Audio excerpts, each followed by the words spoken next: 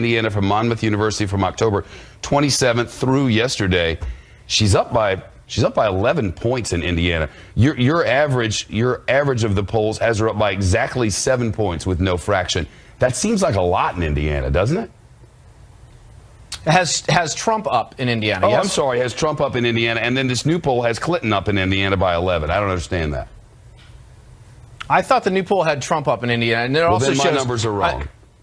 The interesting that makes more sense, Tom.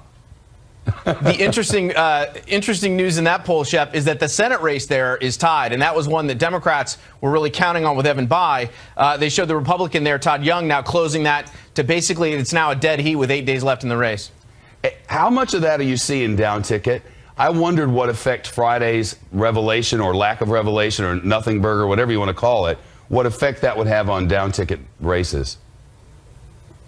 Yeah, it's still, we don't have enough data that has really captured what happened over the weekend because the news broke late on Friday. But I think Republicans are looking at this as a potential shot in the arm.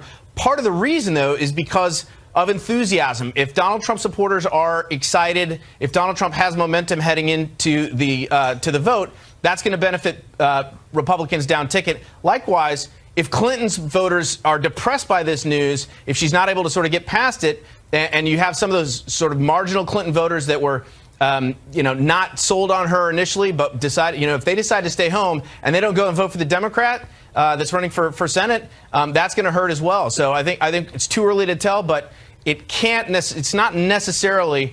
It doesn't look like it's going to be good news for Democrats down ballot. Well, we'll have Tom, thanks so much. I look forward to seeing you on election night. He'll be working with us over on the Fox Broadcast Network for 7 hours of live coverage from coast to coast. And because my information is wrong, I don't want you to have it wrong.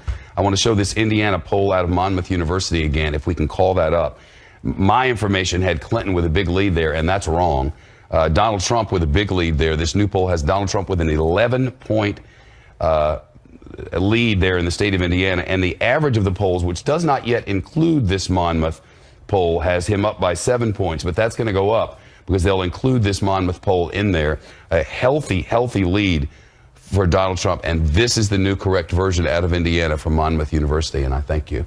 The current head of the DNC is now out of her job.